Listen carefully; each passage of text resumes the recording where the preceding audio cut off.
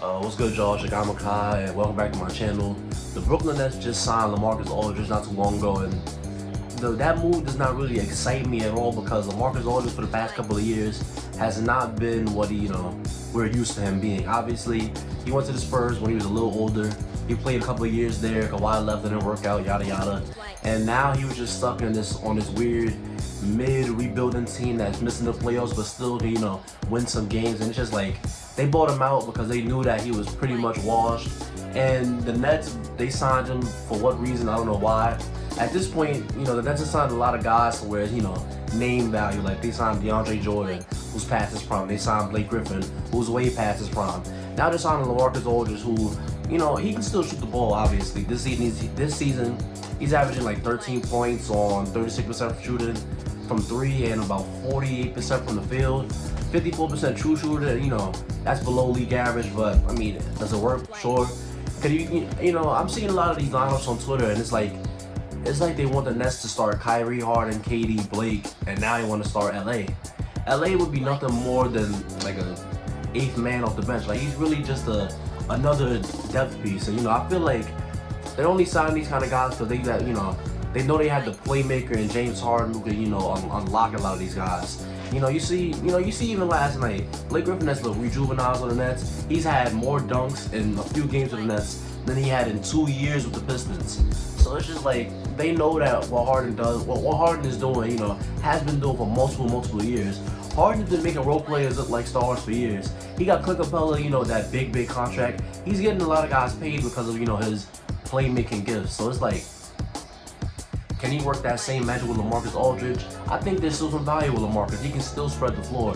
He can still shoot, the mid-range. He can even, step out to the three-point range. So I think, in a sense, in a vacuum, Kyrie and LA pick and rolls could work. KD, LA pick and rolls could work. Definitely Harden and LA pick and rolls could work. But this move, it doesn't really move the needle for me. Neither did the Blake Griffin move, honestly. The Nets are just signing a bunch of guys just to say, they have depth. There's a guy that from Memphis who I think would have had a lot more value. Gorgie Dang, I think he could have provided some, solid defense to this Nets team who's starving for defense. But, for the most part, I really just don't think this move does a whole lot. This move doesn't really excite me, It's like, I still think about them the same way I thought about them, an hour ago when Lamarcus wasn't on this team. And honestly, I thought Lamarcus was going to go to the, the Heat. Obviously, it didn't work out that way because he said that the Brooklyn Nets gave him a better opportunity to win a ring. And that's really what it's about. These players want to win championships. These players want to compete.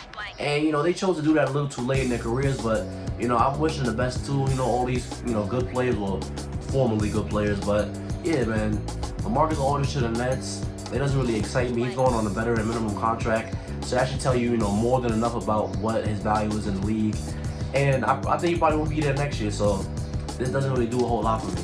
And it doesn't really do a whole lot for the Nets either. It's just another guy who can shoot off the bench.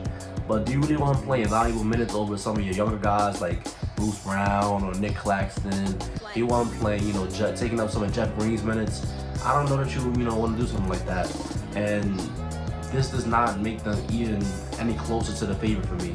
Because right now they are the betting favorite, but I still have the Lakers. I'm still holding on. I still have the Lakers as the favorite. I'm not going to, budge on that until I see something crazy. Like if the Nets go in the playoffs and just start steamrolling through everybody, then I feel like that would make me change my mind. But this, Lamarcus Aldridge to the Nets does literally nothing for me.